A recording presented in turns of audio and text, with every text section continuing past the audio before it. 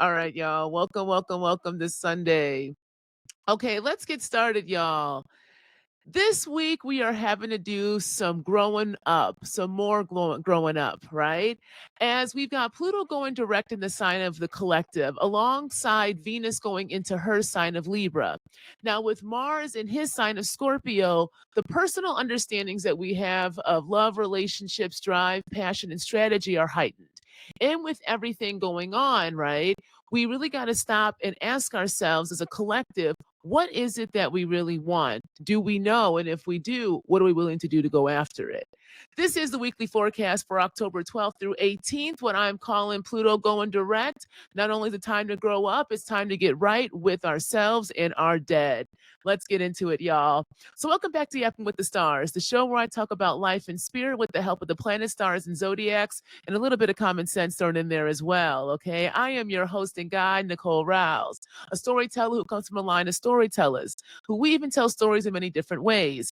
And here I work with astrology and ethnography to explore the stories of what it means for us to be human. Because right now, the present is up for grabs. So, who is leading the stories that will bring us into our futures? Now, every Sunday, we check into the chaos we call society and ask two questions. What's the cosmos showing us this week? And what are we being called to move, create, burn, build, or reflect upon? And we got a lot of things to reflect upon, y'all. Okay. So before we get into it, we got to really get into this idea of Pluto, okay? Because it's going direct this week. And we are in the month of October, right? Which means that we are closer to what we call the other side, to our dead. As we get further into October, Hoodoo Heritage Month, we got Halloween at the end of the month, followed by the Day of the Dead, All Saints Day, right? Different traditions, different cultures. Still around the same time of the harvest, we have to, and as we go into kind of the winter months in the Northern Hemisphere, as the days get shorter, the nights get longer, the seasons start to change, right? We are in a time of transition, a time of change, a time in which the darkness overtakes the light so that we can sit and reflect upon what it is that we have been doing the past few months, right? Individually and collectively. And so the dead get louder, the dead come up because it is the other side. It is the kind of reflection we need to reflect upon what it means to live. So this is a perfect time, y'all, to learn more about Pluto, learn more about the dead. And since Pluto was the lord of the underworld, right? This is why I'm doing a course called Working with Pluto and the Ancestors. And so if you go on my website, you will see that I'll be teaching under Big Liz Conjure for a couple of months. I love Liz. Liz is a hoodooist and a mambo, and she's somebody that I've actually taken courses with. Oh shit, back in 20, I want to say 2018, y'all, 2019. That was a time. That was a time, y'all. 2018, 19. Goddamn, the beginning of my death. It was literally the beginning of my death and rebirth cycle the last 7 years. And so Liz was somebody who I took classes with and respect and learned a lot of kind of traditional understandings of hoodoo from a more theoretical perspective, along with a praxis perspective, because Liz does teach, Mambo does teach all kinds of courses, one of them being hoodoo for BIPOC folks. And so I've kept in touch with Liz over the years, and she respects my work. I respect hers. And so we've decided to partner, and I will be teaching some courses under her company, Big Liz Conjure. And so the first one will be October 23rd. Again, Death and the Ancestors Working with Pluto. It's online, 7 p.m. Central Standard Time. And then on the 27th, I'll be teaching Understanding Your Spiritual Gifts with Astrology. Now, I have taught the Understanding Spiritual Gifts before. So if you've taken that class, that seminar with me, it is the same one. Now, working Death and the Ancestors Working with Pluto, I have not actually taught that one. I've done individual sessions with folks about it, but this will be my first time teaching it as a class for folks in a group setting. So if you're interested in those, you can check out my website. I will have the show notes below, along with Big Liz Conjure as ways to sign up for it. And there's two options, y'all. You can sign up for the live class instruction. If you can't make it, there is a option to sign up for the recording only. Okay, so go ahead over there, and then this will be the beginning of, I'm hoping, a beautiful partnership. Next month, I will be doing Astrology 101 series. So three seminars that will help lay the foundation of how to get the basic understanding of your chart. Okay. And alongside that, I've got a couple of pop ups that I'm still doing in the city. So next Sunday, I will be at Jackhammer in Chicago from 6 p.m. to 12 a.m. Let's see, I'll make it that long, y'all, because Lord knows it's 44 years, need a nap.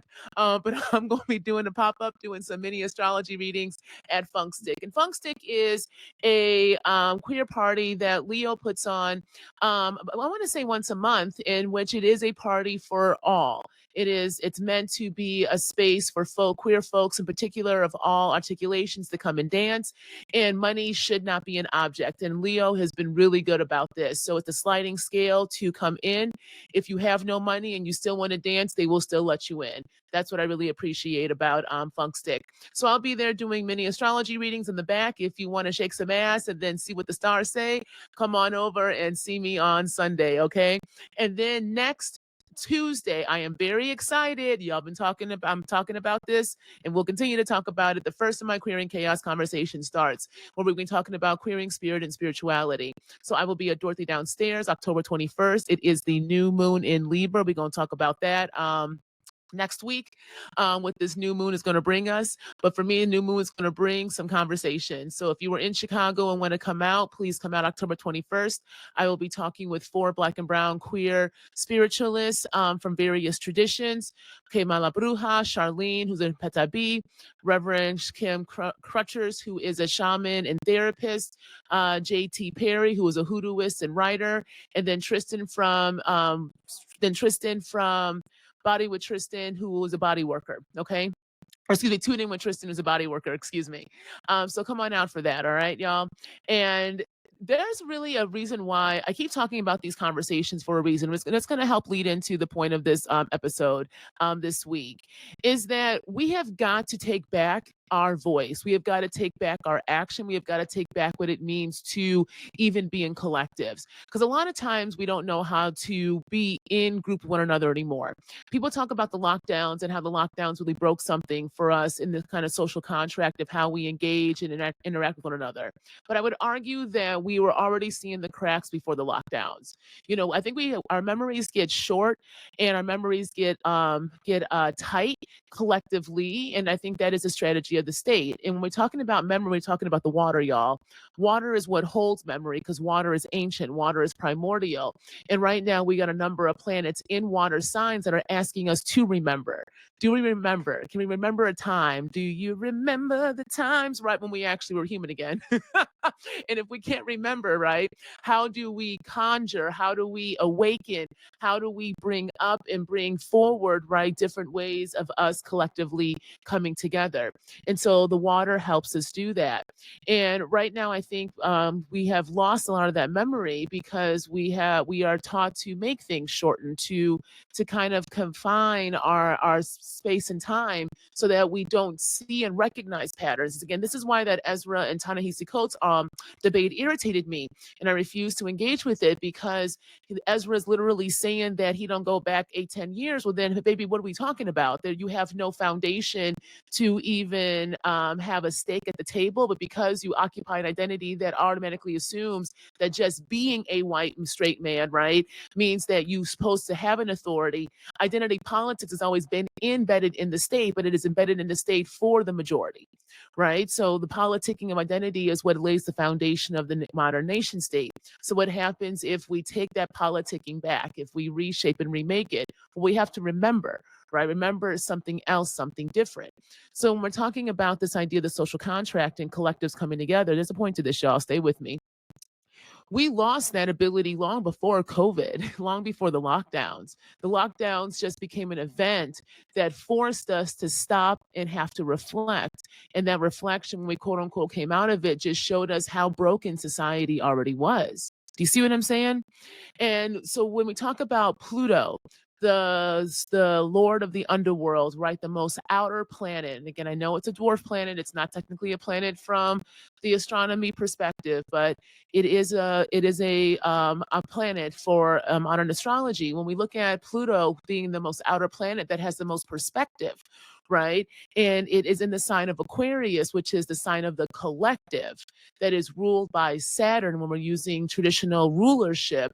Well, then there is a responsibility, right, to our traditions, to our authority, to the way we understand time, to the way that we have to own the head itself.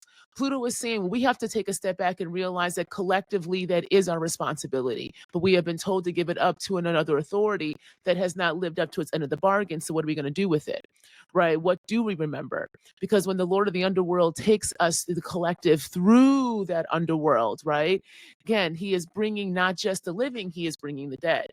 And so right now we are in this kind of moment as a collective in which we are having to remember differently. And we are seeing this a lot, especially interestingly enough this week in all aspects of society, from entertainment to politics, to the idea of family and care. We are having to review and reflect what it is that we truly want collectively and what we're going to do about it, right? So why do I say that? Well, let's talk about this full moon that we just had, y'all.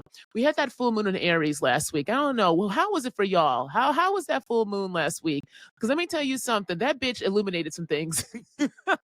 That thing illuminated some things for me, right? And again, Aries is in the sister sign with Libra. So there was going to be some kind of illumination around relationships, around your sense of self, around justice, around kind of culture and the like, right?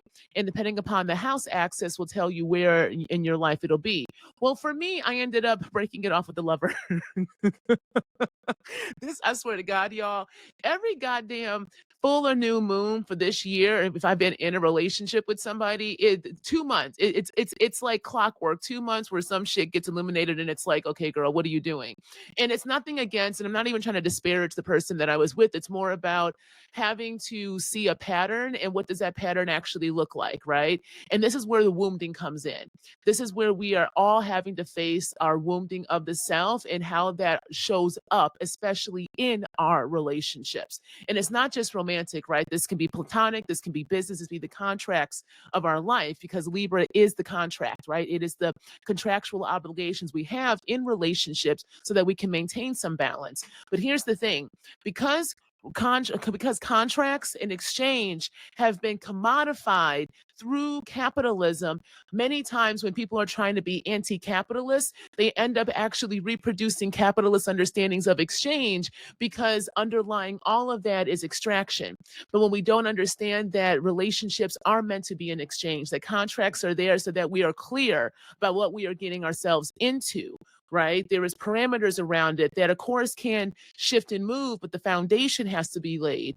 When we're afraid to lay that foundation, when we're afraid to actually get clear about what it is this relationship is supposed to be, again, any kind of relationship, then we end up actually reproducing the same scripts, the same actions that we think we're moving against, trying not to be that capitalist, because we haven't actually believed what capitalism is. It just takes what already is and bastardizes it.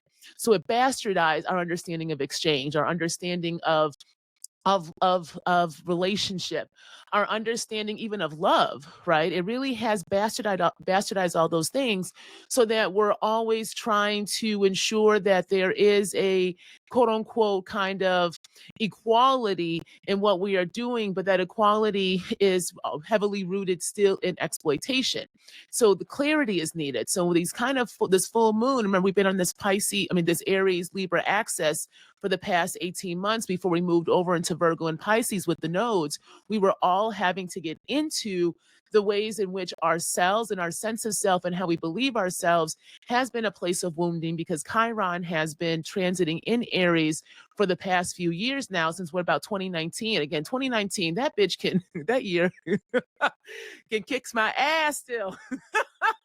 You ever been bitter about a year?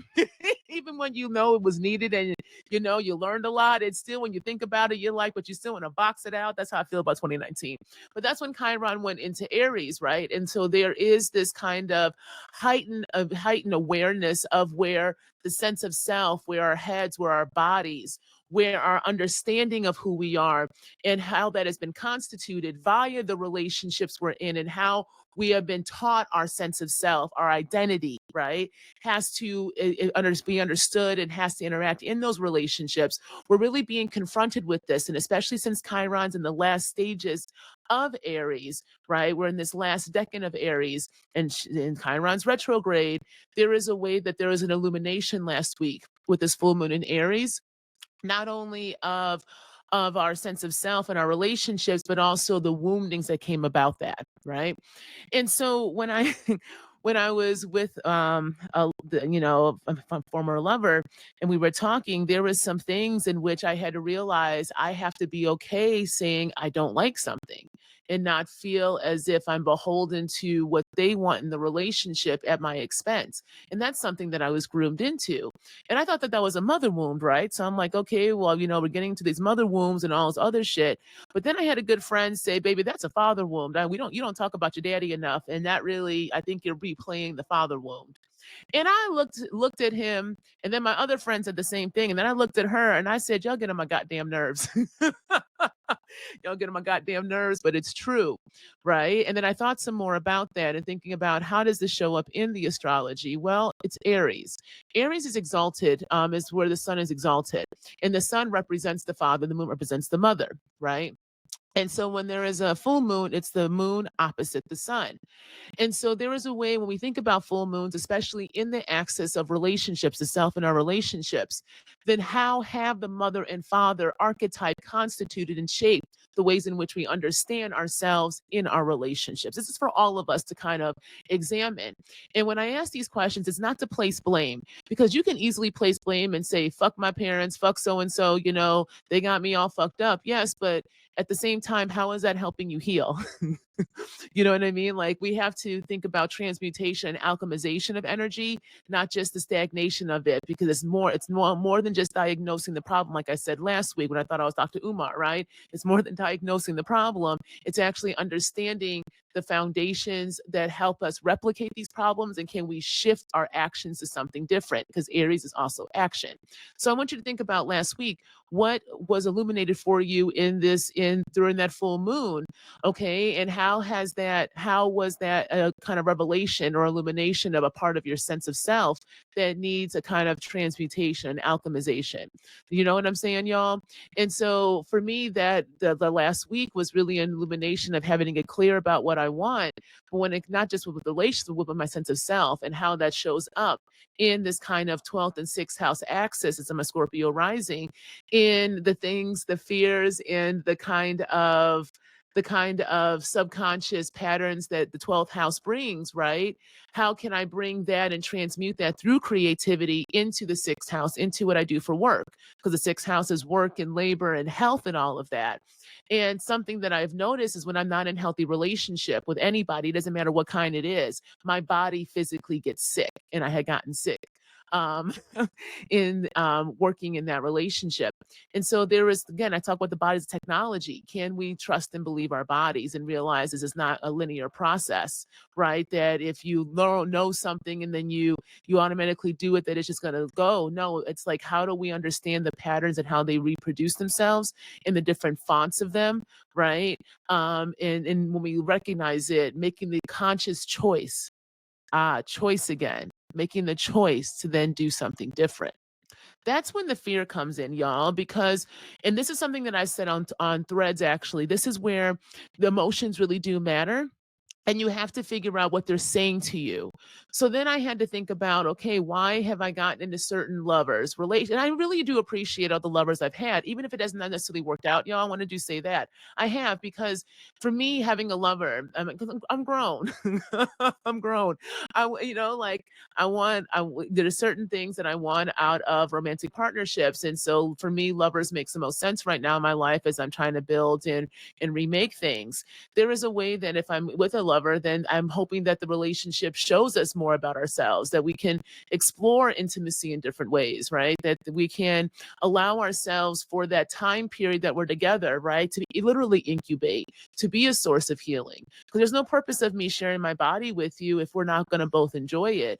And also, if that cannot be a space in which there can be a deepness and intimacy there in some way, shape, or form. That doesn't mean that I own or possess you or you own or possess me, but it does mean that we're giving us ourselves space to truly be in our humanity. And let's be real, y'all, we all need care. Right? We do. We all need care. We all want to feel good. And I think a lot of us want to make others feel good too. I really do believe that that is a natural human want and need. Because why not? It feels, for me, it feels good to make somebody else feel good, but it also feels good to have me feel good too. You know what I'm saying? So all of that to say, there's a way that when I was kind of really engaging with this and thinking about it, I had to kind of face the fact that I was still pissed off with my dad, right? I was still pissed off with even though he's been dead for a while. And if you listen to my former podcast, I talked about this, I believe in season one, in which I talked about how after my dad passed about 12 years later, I had to elevate him because he didn't know he was dead. And this came through a reading when I was doing some training with Haitian Hugon. Y'all got some. That was a time too. That was a time. So when I was doing this training with this Haitian Hugon for a couple of I think a few years with him, right? We were doing some work with ancestors, and because my dad had come up in some Ifa readings of my godfather, when he came down, and there was some rites and rituals I needed to do because he hadn't had properly had those when he had passed prior. When I had followed up with the Hugon, it became very apparent that he didn't know he was dead. And this was, and then this old white man arguing with me and the Hugon talking about, no, I'm not. And I was like, nigga, why are you? How can I be talking to you if you ain't dead? Like let's use some logic here. Even with spirits, you got to be like, there's a logic here, y'all. There's a logic with spirits. I be telling spirits all the time, let's use some logical sense here, y'all. If you talking to me and you seen anybody else, I don't think you on this plane, right? Boundaries with the dead are important. So I'd elevated him. Now, when you elevate a spirit, y'all, there is actually a process that they go through. So again, when you read or watch or listen or engage with different traditions and understanding the rites and procedures of death, many of them talk about a period in which the dead have to cross over some kind of body of water, a river, an ocean, go into the ocean, right? Because again, that's where the dead reside. We're going to talk about that in a minute some more with this Pluto going direct. They need a process. They need their own time. They have to they have to get used to another side, right? This is why we always say, like when Asada Shakur passed, what was it, last week or so, and everyone already wanted to call down her spirit and work with her. I said, let the damn woman die. Like, let her transition over. That's not even your dead, but we are so used to consuming everything and everyone, we don't let our dead rest because capitalism won't let our dead rest. And we see this in the historical record and all of these so-called disciplines, especially medicine, right? They literally had to create laws and people had to go and take watch over their dead loved ones because these so-called institutions of education and elevation like Harvard were literally grave robbing so that they could take from poor and black and other immigrant populations their dead to experiment on. And this is heavily written. I talk about this in Ebony, in the review of Ebony and Ivy. If you go on the Patreon, that was the first book we read about 2-3 years ago. I've taught that book a few times when I was in higher ed, but Craig Wilder does a good job of explaining that there. So does Dorothy Roberts in Killing the Black Body, in her examination of the medical industrial complex and the anti-blackness and the dehumanization, right, of the body that way. So there's a point to this, right? So there is a way that we have these rites and rituals, but when capitalism only knows how to consume and the body is a site of consumption, dead or alive, then the ways that we are taught to honor our dead can actually become consumptive when, again, we don't take the step back and reflect and review upon how we consume our oppressor while at the same time being a site of oppression. So back to the dead. So the dead need time to die, y'all, and to get used to another side, to get used to not having a body, to figure out what the hell's going on. And the review does have to happen. I talk about this a lot. I'm going to keep talking about it. You have got to review your life. Whether living and dead. And when you refuse to reflect, when you refuse to turn the mirror around, when you refuse to look at that life, balance those scales, whatever way your tradition says that, then you do become walking dead. You do become a lifeless entity that is more of a succubus than an actual energy that is helpful. So when he found out he was dead, right? When spirits find out that they're dead, and they do this reflection depending upon the life and what they have to do, there is this kind of idea of amends. Now you can think about it almost like AA, right? How people, if they're in out, if they're in addiction and in recovery, part of the many times in different kind of programs, part of that recovery involves them having to kind of make amends to people. My brother, before he passed a few years ago, did this. He was in and out of recovery um, um, for addiction, for drug addiction. I remember once he called me when I was living in Beloit, actually. I just had my kid. My kid was maybe a year or two old. And I knew he had relapsed and he was trying to do better. And he called me and he, was trying to make amends. But then it turned into him blaming me for leaving when I was 17. Like it wasn't, it didn't end well, right? It didn't end well. But there was a purpose to that, is that you have to face yourself, and that can be really hard, right? Even if not saying that it's not a disease, but even disease has consequences, and you have to face the consequences of what you've done. So when my dad did that, when he passed, and he, was doing the process, he's a young spirit because he didn't know he was dead. So when I said you can be at the table, my ancestral table, it was kind of like in the back. Like, so when a spirit passes over, right, and they are kind of quote unquote newer to the other side, they're not automatically just going to be at your table moving things. Again, it's almost like they have to have their own mentor. So many times an elder on your council, again, if your spiritual court, your ancestral court is solid, they will then kind of take them under their wing. Okay. And especially if you've appointed somebody to be kind of the quote unquote spokesperson of your ancestral court. I'll talk more about this in the seminar, y'all, with understanding spirit, ancestors, and working with Pluto. Okay. This is kind of a little preview. And so when I did that, and he, my great grandma, I had my great grandma Lily be the one who's in charge of my court. There was some things that he had to admit to, right? And so there, a lot of the stories I had told myself about my father, he was a stay-at-home dad. My mom worked a lot. A lot of the gender roles in my house were flipped. A lot of understandings about who works and what works looked like was very much flipped. Aquarius, fourth house for me, my south notes there was a goddamn thing about my childhood, quote unquote normal. Not a goddamn thing. So as he is realizing he is dead and he is doing the work, and I can say this to this day, the man he's been doing his work over there. There was things that he had to admit that I had put into my subconscious that when they came to the light, I was, besides an anger, it was a deep-seated hurt. It was a deep-seated absolutely breaking of my heart, because I realized that I wasn't crazy. I realized that most of my childhood was me figuring it out my goddamn self. Eldest daughter, 7 kids, all the like. You can like put all the tropes down, right? You want, but even if we understand it, doesn't mean it doesn't hurt. This is what it means to feel, y'all. Like we can understand things theoretically, we can understand things in our minds. We can like, oh, okay, now I get it, right? But that getting it on the page does not mean that it is not going to break your heart. It does not mean that you're not going to have to process it through the body. And when we are afraid to process things through our body, we end up in the same cycles over and over again, because you cannot think your way into your liberation. It is not the, it is, you cannot, it is not the only way we're going to be liberated through the mind, right? We have to bring the mind and body together with the spirit. It truly is a trinity, but we are only taught one part of that trinity at our own detriment. So Pluto's going direct. And so when I think about that in relation to this Aries full moon, right, and what it was illuminating, and this idea of the ways in which we are taught relationship, I want you to, again, really think about how you have been taught relationships of all kinds and your place within them, and who has the authority and who has the head and what are you replicating. This is when I've realized that I'm replicating my dad. It is such a classic Leo sun story, right? Leo suns tend to have a wounding of the father, and some way, shape, or form. Cancer sons tend to have a wounding of the mother. It's just kind of how one trope that one can engage with when you're looking at your chart. And so when I was understanding that there is a way, then it comes back to this idea of bloodlines, right? And how we're constituted and what we're constituted through, and how our dead, whether we fuck with them or not, if they are doing their work right now, are illuminating some hard truths. Okay.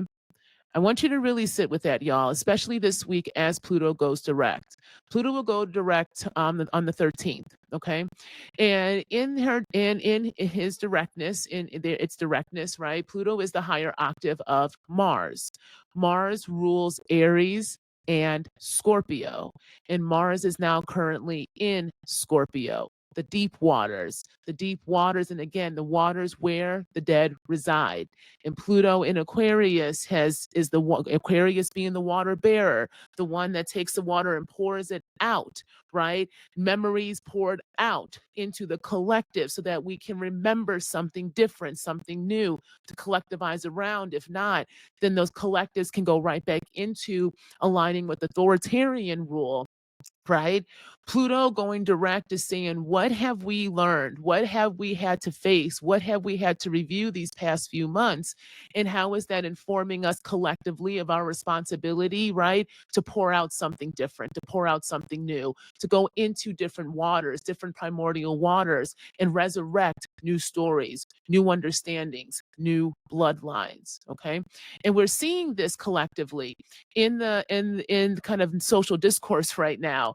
And some of the funniest ways we were seeing this is the fact that people are growing up.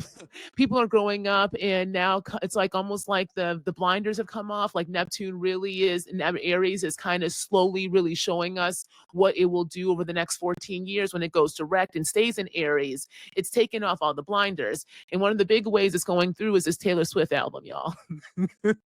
This Taylor Swift album. I am not a Swiftie. I'm going to be honest with y'all right now. So I can listen to a lot of things, right? I really can. It's, pop culture is a big part of understanding what's going on societally, all this kind of shit, right? We can break it down, break down, right? Cultural workers, I talk about this all the time. But I don't know what the hell y'all were listening to for these past, 15 years, because that girl ain't never could sing. I don't give a good goddamn when she was country, and I love me some country music, okay? I love me some country. And I listen to all kinds of country, pop country to outlaw country to all this shit, right? And I'm like, it was cute when she was 15. It reminded me of Strawberry Wine. Who sang Strawberry Wine? Y'all know what I'm talking about. It's like strawberry wine at 17, one of those things, right? It's cute. It's a cute summer thing. But then what happened was it kept going for 15 years. You know what I'm saying? Like it's the same album. It's it's the same album, y'all, for 15 years, right? Might be more than that. The lyrics, right? I mean, again, if that's lyricism, I always said it in higher ed. I always said this in higher ed when I was sitting around that table with the so-called best minds, most innovative minds in the world, right? And we trying to talk about the most basic shit when it came to DEI. If this is the most intelligence that we are gonna get, and y'all can't get the most basic shit, then we are in a whole ass mess, right? This is how I feel about this, right? There is a way that I understand that folks feel as if, they find and see themselves in her and her lyrics resonate. That's fine. But if there is no growth in those lyrics, if you are still resonating at the same thing over and over and over again, that there is no growth, that is stagnation, and she is keeping you in a stagnant space. Right. So now she's got this album that came out, and the Swifties are mad. The Swifties are mad, y'all. I was on TikTok and I was like, what the hell? Because my roommate was listening to it and he was like, listen, it's not a bad album. It's the same shit she been doing. I don't understand what y'all talking about. And I agreed with him. I was like, yeah, I don't get it. Why is it this one? Why is it all of a sudden people are like, oh, she's kind of self-centered and can't sing and she's kind of a mean girl? Well, exactly. It's growing pains because Pluto The outer planets have all changed signs. They've all been in review, and now we're getting the impact of this directness, right? The blinders have come off. Now we can see, right? The collective is having to actually face itself. Neptune going into Aries, there is a drawing out of the illusions of the glamour magic because she came up when Neptune was in Pisces. There is a lot of delusion there. There is a lot of kind of spiritual psychosis that can really happen. There is a kind of overindulgence and addiction. And I think we have to understand it can be very addicting to want to sit in a victimized white womanhood. Right, that is something that society is taught is something that is valuable and that can bring you value, and it did because she's made millions, right? Purported to be almost into the billions, a billionaire off of maintaining a kind of perpetual victimization by a white womanhood. It's an identity, right? It's an identity that is profitable in a white supremacist society, right? It's very profitable, and of course, it never is not going to work for you, Shay, or for many Black women, because that we are not given access to white womanhood, right? It's very evident, right? And I agree with you, Jazz kidding. This idea that there's no elevation. So you said you don't like when people would say they only liked MBJ when she's singing sad songs. Yeah, Mary J. Blige, right? People will say a lot of her best music is when she's in breakups, right? That says a lot about us too as a society, as a collective. Pluto, Aquarius, what does the collective actually want? When the collective is out of the kind of Earth, Capricornian, maintaining what is loyalty kind of energy, Aquarius is disruptive. It's the air masculine side of Saturn, right? It is saying that if the traditions don't make sense, if the structures and responsibilities don't actually work, well, then it's time to cut that shit. But the only way that you're going to cut and remake, and only way you're going to have a quote unquote revolution, right, is if that revolution starts with the self.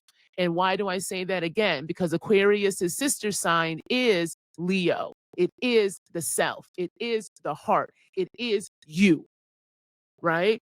So this is where this idea of how, typically talking about Maslow's hierarchy of needs and how he completely fucked it up because he flipped and reversed it from what the Blackfoots and other indigenous populations that he was quote unquote observing and taking from actually understood society to be upon, right? When you do flip that, like I said last week, and talk about this idea of the self first as the foundation, it's the only thing that makes sense, y'all. How can you have a collective or collectives that are grounded in a knowing of what it is that they need for their not just survival, but for the maintenance of humanity? How can they know that if they're not even human to begin with? If they won't even be in their humanity to begin with. So how much are we in our humanity versus how much are we sitting here trying to perform and replicate what we are told humanity is supposed to be? And again, it's the latter because we get someone like a Taylor Swift who can make billions off of being mediocre. But genius has a low bar when it comes to these kind of projects, right? When it comes to whiteness, when it comes to white patriarchal understandings of success, because that allows that process, it allows that identity to maintain itself. So Pluto and Aquarius going direct is saying, okay, collective, what needs to die? What needs to die collectively so that there can be space for a rebirth? We have got to die. And this is something that is very adamant, and I'm very adamant about collectively, both as societies, right, as collectives, as people, but also as organizations, because Pluto is also institutions. Pluto is institutions like banking, right? It is power, it is will, it is the death and rebirth cycle as a way to transform. So there is also going to have to be some deaths and rebirths of organizations, and we're seeing it right now, right? We're seeing it right now with the way the state is coming in and bulldozing everything, but they bulldoze everything very quickly, y'all. If the structures and infrastructure was as solid as they claimed to be, the way that they came in and wreaked havoc so quickly would not have been able to happen. They already knew the shit was cracked. Project 2025, when you read it, and people talked about this before the election, right? And even when folks try to give layouts of what the project was in all kinds of formats, folks still didn't believe because we bought into the kind of loyalty, Pluto and Capricorn, loyalty to a structure that was never loyal back. So there is some harshness coming in as Pluto moved into Aquarius because it's air, right? It is air, and it is definitive, saying, well, I'm going to pour all that shit back out. How solid is your foundation? It's not. And they knew that. That's why they knew he can go in and go second time around, because he already did the first time, right? Second time around, go in and just dismantle that shit and rule the coffers. And now where are we at? He's now taking over and trying to basically enact martial law with the ways that he's deploying these national troops from one state into another. Again, I'm in Chicago right now. We heard helicopters last night. I'm over in South Shore. My roommate heard him earlier that day. I was up north. I'm at a conference, and he heard him earlier that day, right? There are constant reports of folks being taken off the street in all parts of the city and the suburbs. Okay, so it's not just a city thing. It is a Cook County issue, because Cook County is one of the is the seat of quote unquote political power in the Illinois, right? That's where Chicago is, and that is the county that Chicago's a part of. And so we are seeing how bold power will be. It doesn't really give a shit, right? And it really is true. A lot of people do run on respectability, and people are going along with these norms because we are taught that if you are respectable in one way, shape, or form, if you follow the law, then there will be order of some kind. And if you follow the law, that means you will have order. But that has not ever been true, because law and order was never meant for the state. It was meant how the state enacts its will upon us. Right. And it doesn't enact that will in an equitable fashion, because we don't live in an equitable society. So if the goddamn foundation ain't equitable, right, then even the law and order will never be equal. Again, justice is blind, the bitch won't see. So if she can't see the goddamn structure to begin with, why are we going to give our order to a law that is meant to subjugate us? Logics, y'all. We got to start using logics, but we can only use the logic if we allow ourselves to see the self, right? To see the self, so that we can then go into and examine what kind of self we want, so that we can be with other selves. And this is the foundation of relationships. Going back to the very beginning when I was talking about this full moon in Aries, what did it illuminate for you about your sense of self in your relationships, how you engage with them, how you interact with them? And it's not just blaming the other person. That's why I'm being really adamant. Even if a lover pisses me off, I got to also look at myself, right? It takes two to be in a relationship. But it takes two to be in a relationship, right? If we're trying to be in a partnership with somebody else. But if it's only right, one-sided, right? Or if the partnership is not clear about the foundations of that relationship, of the contract to begin with, then we end up replicating the same patterns that don't actually get us anywhere. So when we come back to the present day and we think about then why in society we are seeing some of these shifts, it's because people are realizing that you were just going along with the collective understanding of something, but then now it doesn't make any sense. So going back to Taylor Swift's album, right? When she said, what did she say, y'all? She said something about, I'm not a savage, I'm just a bad bitch, or some shit like that, right? Like it's the biggest dog whistles. And you can tell that her insecurity is there. And it doesn't make, and people are like, well, it doesn't make any sense. Why is she insecure? She's got everything. But does she have everything? Does she have everything? Or is she the embodiment of what we are taught everything should be via white womanhood, and she's not fulfilled? There will never be a fulfillment, right? Because it's whiteness itself. Whiteness is consumptive. There is no satiation. Remember when I said that a few weeks ago, y'all? The curiosity killed the cat, but satisfaction brought it back. But if you never don't know what satisfies you, if you don't know what satiates you, if you don't know what will actually ground you in the fullness, right, of you, then you're always going to be going, grabbing, chasing, trying to gain accolades, gain kind of exposure. And as you try to gain more and more, you start consuming more, right? The public or those you are consuming from will have a backlash. There will always be a backlash to this shit. And so she's a perfect example of this, but you have others too, right? We are seeing the backlash of people. A lot of things didn't age well. When we think about old these Gen X hip hop heads, none of the motherfuckers age well. None of them. Right. And I'm always going to defend my good friend and sister and colleague, Dr. Moya Bailey, when she 20 years ago told us about Nelly. 20 years ago told us about Nelly. Had her name and them women from Spelman's names put through the fucking mud. Now you got that man with still got the same goddamn Band-Aid on 20 years later, talking about how he ain't gonna sit here and take care of his kid for the first 5 years, right? And how he voted for Trump. Come on now, y'all. The shit don't age well. But when we allow the blinders to come up, when Pluto right? Takes us through the underworld, takes us to the underworld collectively to face our dead. We are having to face past memories. All right. We are having to face past memories. He sure did say it was an honor. And believe these folks, believe these fools, right? Snoop talking about how he's upset by having his kids see what queer folks in a movie, but you done sat here and put women in the goddamn dog collars, right? I remember being in 8th grade having his CD and my daddy getting pissed off when he saw the album art and it was nothing more than dogs literally doing doggy style. You got whole ass songs about running trains on women, right? You know what I'm saying? Like, let's be real here. But when you want to be the tool of the state because your money is aligned with it, then we start to really see just how much a lot of these folks' facade was nothing more than a goddamn story that we bought into because we have been sold ideas of blackness and culture in the US through a particular lens that they were able to embody. This is also about us as a collective, right? This is also about us as a collective. Do we like the mirror we're seeing? Do we like the mirror we're seeing? And can we see the ways that we have become a tool of the state, that the state does not just use coercion in order to maintain itself, it also needs our consent. And consent is via what we call soft power, it's via culture. Right? It's via the ways that we have been taught what culture is, how culture has been reduced down, how it's been flattened to these identities, and how identity politicking over the past few decades has led us into this moment in which now whiteness can then use that language to center itself once again, but center itself as what? The goddamn victim, right? The goddamn victim. So then what happens?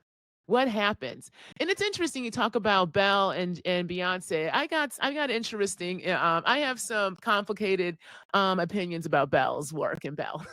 I'm not gonna lie, complicated because she's a human, right? And I don't necessarily think she was quote unquote wrong about Beyonce, but I don't necessarily think she was right either because of the leaning toward a patriarchal feminist perspective I think Belle took on a lot of things. When you don't queer shit, y'all, it's really easy to still maintain patriarchy. I don't care. And queering things does not mean that you're necessarily going to be sexually attracted to somebody who is not of the same supposed assigned gender at birth. I'm talking about queering outside the norm, of really flipping, reversing, and wanting to create a whole new pathway, even if it's unknown and unscary. But many times, a lot of the theories that we have relied upon that we call critical and radical, because they are critical and radical, diagnose the problem, right? But the solutions either aren't there or they're just a different font of the same thing. And I think that that's why I hope we don't deify. I'm glad you brought this up, Jess King. I really am glad you brought this up. This is a great point. It's a really great point because we all do this. We're taught to kind of binary things, right? Instead of, again, that web I talked about last week in which we lay things down on the table and really see where things are interconnected, right? Because I would argue both Belle and Beyonce still center men. Both just differently, right? Janice face of things, right? There's a kind of duality in how folks engage with these structures, right? And if we can see how easy it is to still reproduce these kind of ideologies, it will help us get clear about what it means to be creative and create something new and something different. Hence why I'm doing the queer and chaos conversations as one example, for me of engaging with it, but also bringing different cultural workers together in person to do kind of these kind of cultural conversations and as a way to bend reality, right, differently. So something I've been thinking a lot about. But this actually then goes back to Pluto and Aquarius, right? What are the kind of foundational things we need to remember? If Aquarius is the water bearer that has to pour the water out, then what memories need to come out so that we can remember something different, right? What other memories do need to come out for this, right? And this is really interesting too, because we're also seeing this a lot in the ways that people are talking about some of these conferences. Now, I don't know if y'all been online, but and I don't know what this Culture Con, I didn't really know what Culture Con was until very recently, because I guess they had a conference and a lot of folks online were giving their reflections upon it and how they're tired of these conferences and these panels and these workshops because they're not doing anything. They're just saying the same thing over and over, and people can't hear things like take up space and just commit to your passions and dreams when we have a hostile government takeover and the goddamn economy is tanking, right? And that's really interesting to me too, because again, that people's memories are short. People were saying that shit 10 years ago as well, that these conferences and panels and these kind of so-called self-empowerment kind of things, especially for women, right, were nothing more than, yes, money grabs, were nothing more than money grabs. And it was like a different version of love and light. But folks were still, yeah, yeah, right, yes, right, yes, Josh King, right. So it's an interesting thing in which, people are starting to grow up. Right. There is a growing up in society that is happening, but we have to remember that this is not new. It's just a kind of vision that's being enacted. There's a way that the veil is being lifted. Again, when Du Bois talks about this idea of veils, right? If the veil is being lifted and we can finally quote unquote see whose side are we using.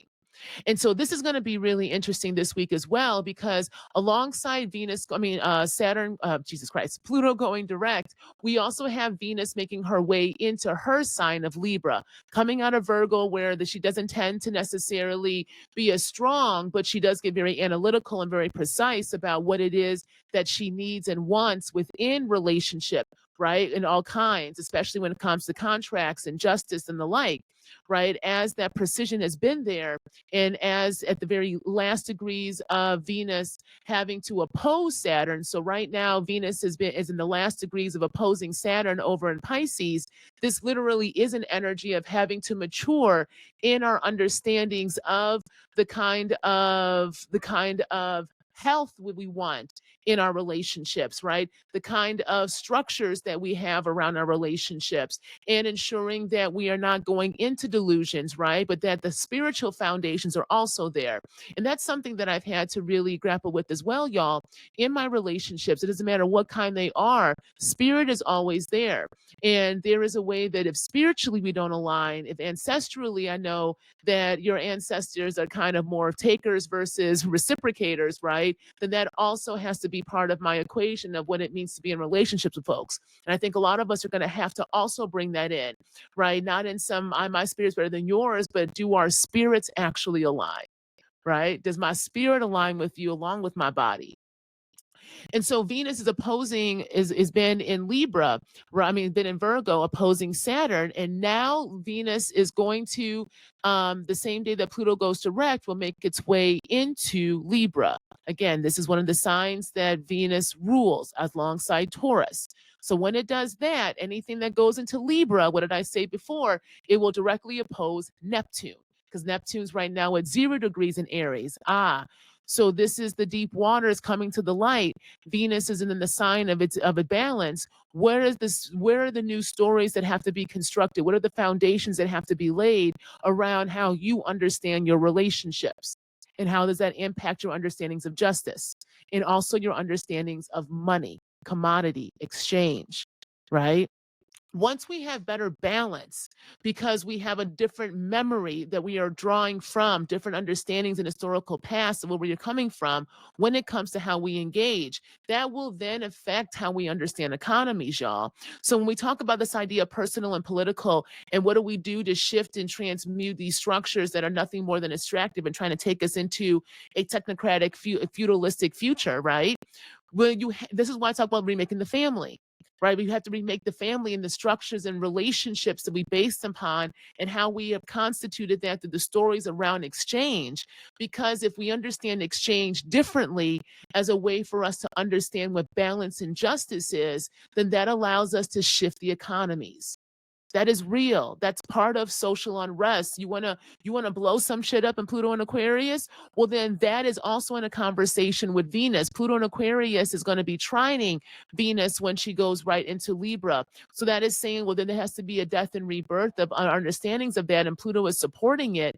But you can't just blow some shit up and not have some kind of foundation. That's why it's in a conversation with Neptune and then going down into Uranus. What are the kind of foundational understandings of these things, and what is the knowledge based upon, and the structures and infrastructures that we need in order to sustain these ideas of relationships and justice and balance that we want. So this is about a growing up again. This is about the responsibility that we have as a collective to not only see, but reflect and remember differently. Okay. And this is also really important too, because when we talk about this idea of the other side, as above, so below, we're getting a different lesson right now about what that means. Because to me, heaven is not in the sky. Heaven, as we understand it, or the other side, is in the deep ocean. Right? It is in the depths of the waters. And with Saturn being in Pisces, Jupiter being in Cancer, and then we've got these things going on in Scorpio. You got Lilith in Scorpio right now, you've got Mars, and you got Mercury. Well, right now we have got this kind of loose grand trine between Pisces, Saturn and Pisces, that's retrograde, Jupiter and Cancer, that's around 23, 24 degrees, and then Lilith and Scorpio at 22. There's a conversation happening about, can we remember a different time? Remember the primordial nature of ourselves. Remember our own wild. Remember the things that we are told that we are supposed to suppress in order to maintain kind of family and structure and all these appearances. Well, what happens if we realize that none of that shit makes sense, as we are seeing right now in this cracking, in this breaking? Because if we have that trine this week, we're also going to have Jupiter as well squaring the sun in Libra. That will then be in an opposition. That will then be starting to oppose Chiron in Aries. So we're also having to face this kind of deep wounding, right, of self and family and care. So what is it that we need for care and family? Because we're also going to be seeing the state, that sun in Libra, is going to start coming even more for ourselves and the family and structures. And we're seeing this as in the US, all of the kind of infrastructure is being taken away. And right now, what's the next thing they're taking away? They're trying to take away Medicaid and Medicare, right? And the ability for folks to be able to access that. And they're taking away they just closed down the Department of Special Education, right, federally. So now it's going to be a state issue. So they're doing what Reagan said that he wanted, which was, which was small government and making it state localized, but they're doing it through an authoritarian lens of the feds overstepping their bounds, right? Again, the law and order is not for them, it's for us. So what happens when we remake that law and order? Venus, right? Venus moving from Virgo into Libra, Mars being in Scorpio. These are personal planets. We have a personal responsibility. The sun's in Libra too. We have a personal responsibility to use our power and shift this stuff. And how do we do that? Again, it is through a reconstitution of care and home and family, and a remembering of something different, a remembering of your wild, of the ways that you have to cut through the layers of bullshit to come down into a new, deeper understanding of who you are by going through and cleansing, right? Going into the bloodlines and really asking yourself, who is it and who are you constituted by? And if you're realizing that the people you're constituted by ain't shit, well, then it really is time for you to remake your bloodlines. All right. Because going back to my dad, right? So he is, and it's funny enough, he's a Cancer rising, Scorpio, Sun, Moon, and got, I think, a couple of the things there. So he's got a lot of water. There is a way now that I can hear him, I can feel him, right? And I'm not interested in necessarily talking to him, but there is a way that I have had to also grow up and realize there's something I can learn from him. And in this kind of remaking of bloodlines, right, and understandings of who has my foundations, my feet, which is more of the maternal line, more of the mothers of my line. We've had a conversation in which I told him I'm changing my name back to Rouse. And I've talked about this before too, but it's relevant here as well.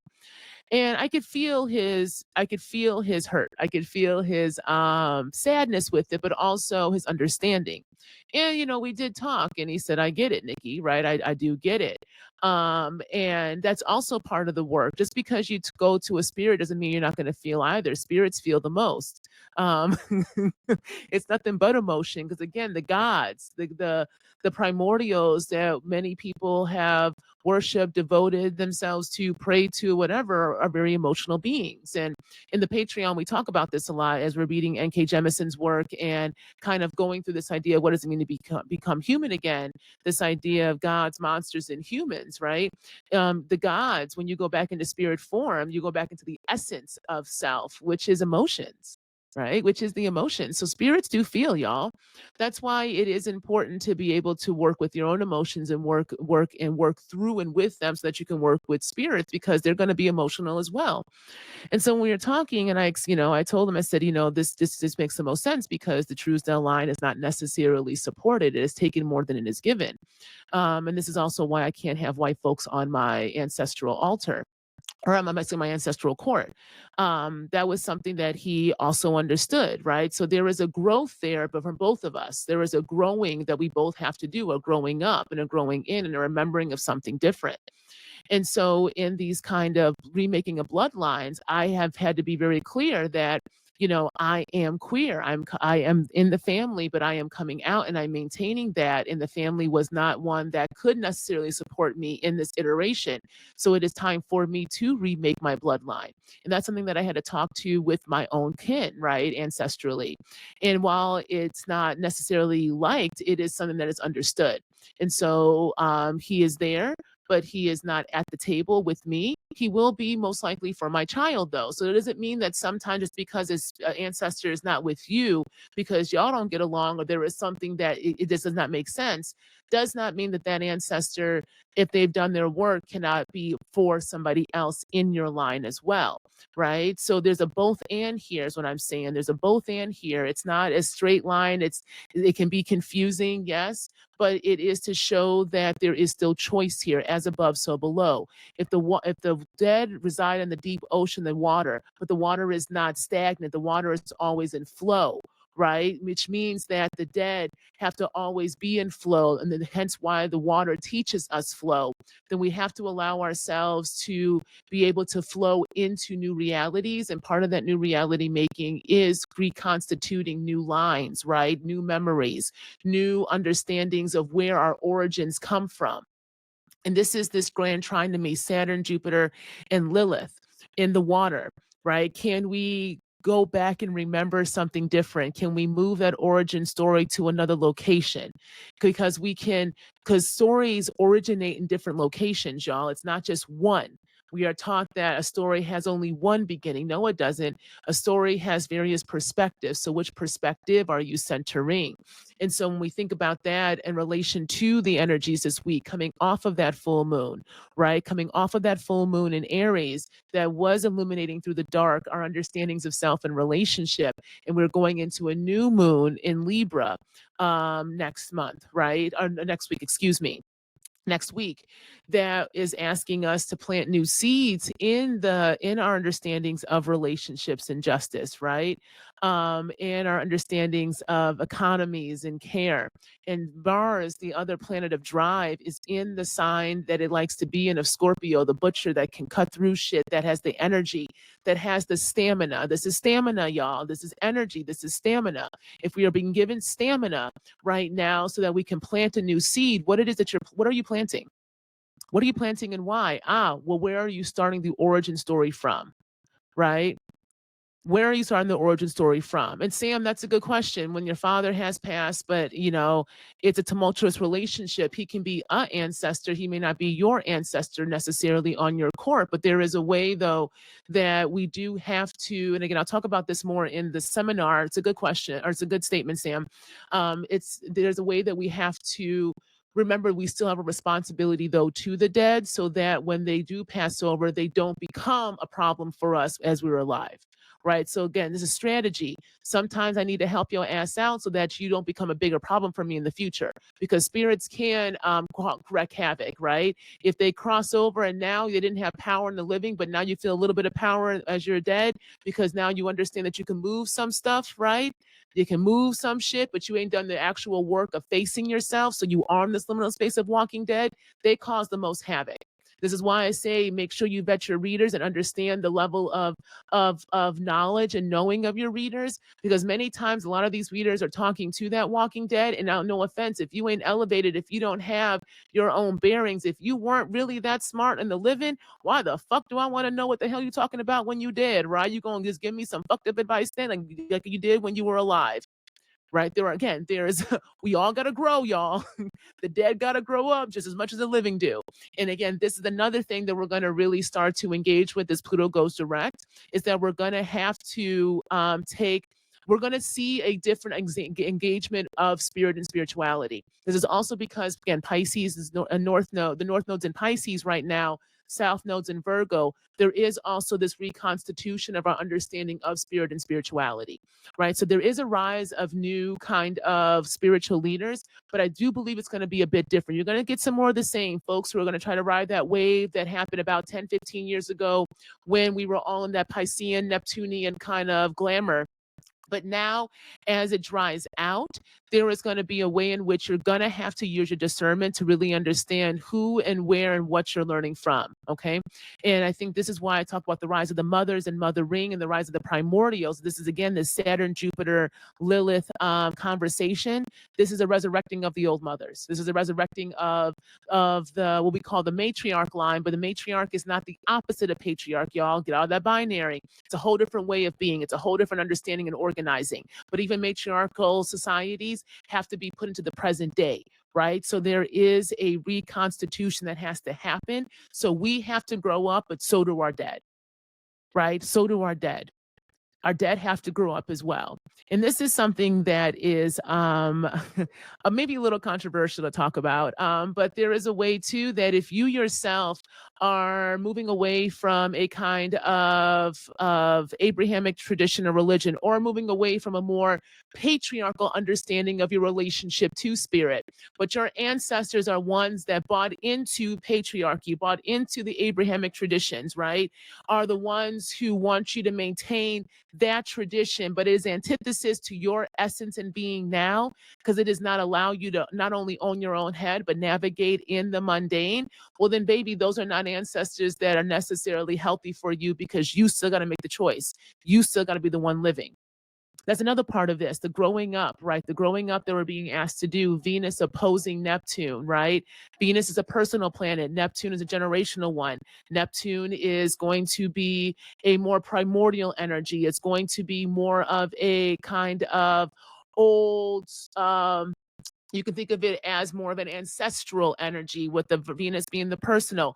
There can be an opposition right now, y'all, to your spirit, to your spirits. There can be. There can be. That's not always bad, but you got to be grounded.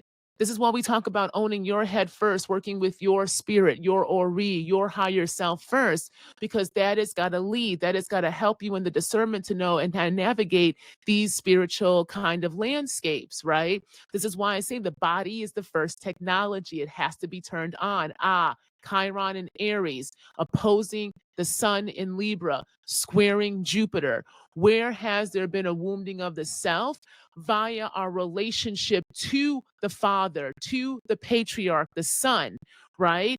And how that has maybe imbalanced us when it comes to our understanding of family.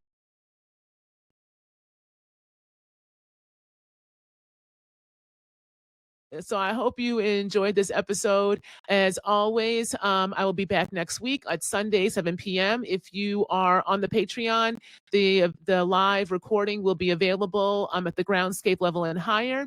If not, then I will have a condensed version of this on my YouTube channel for folks to engage with. And please support me on the Patreon, y'all. I really appreciate it. Patrons have really was allowed me to continue to, again, not only eat, but also feel as if I can continue to create in this way. So I really do appreciate the support. So if you can join at the $5 level or higher, groundscape level. This month we will be finishing up N.K. Jemisin's trilogy, The Kingdom of God. So we're going to be reading her and talking about at the end of the month.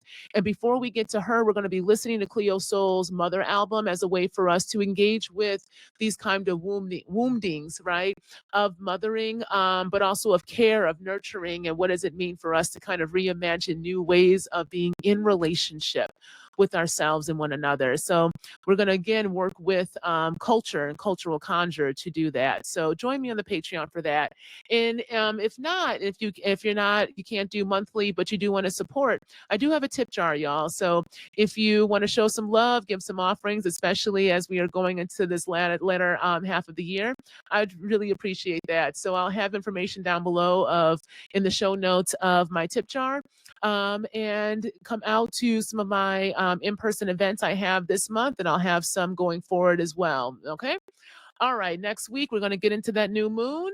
Do the contemplations, y'all. Do the examinations. And if you want to share, please do so in the comments. It really is helpful, not just for me, but for all others, if we can share our own stories as well. Okay.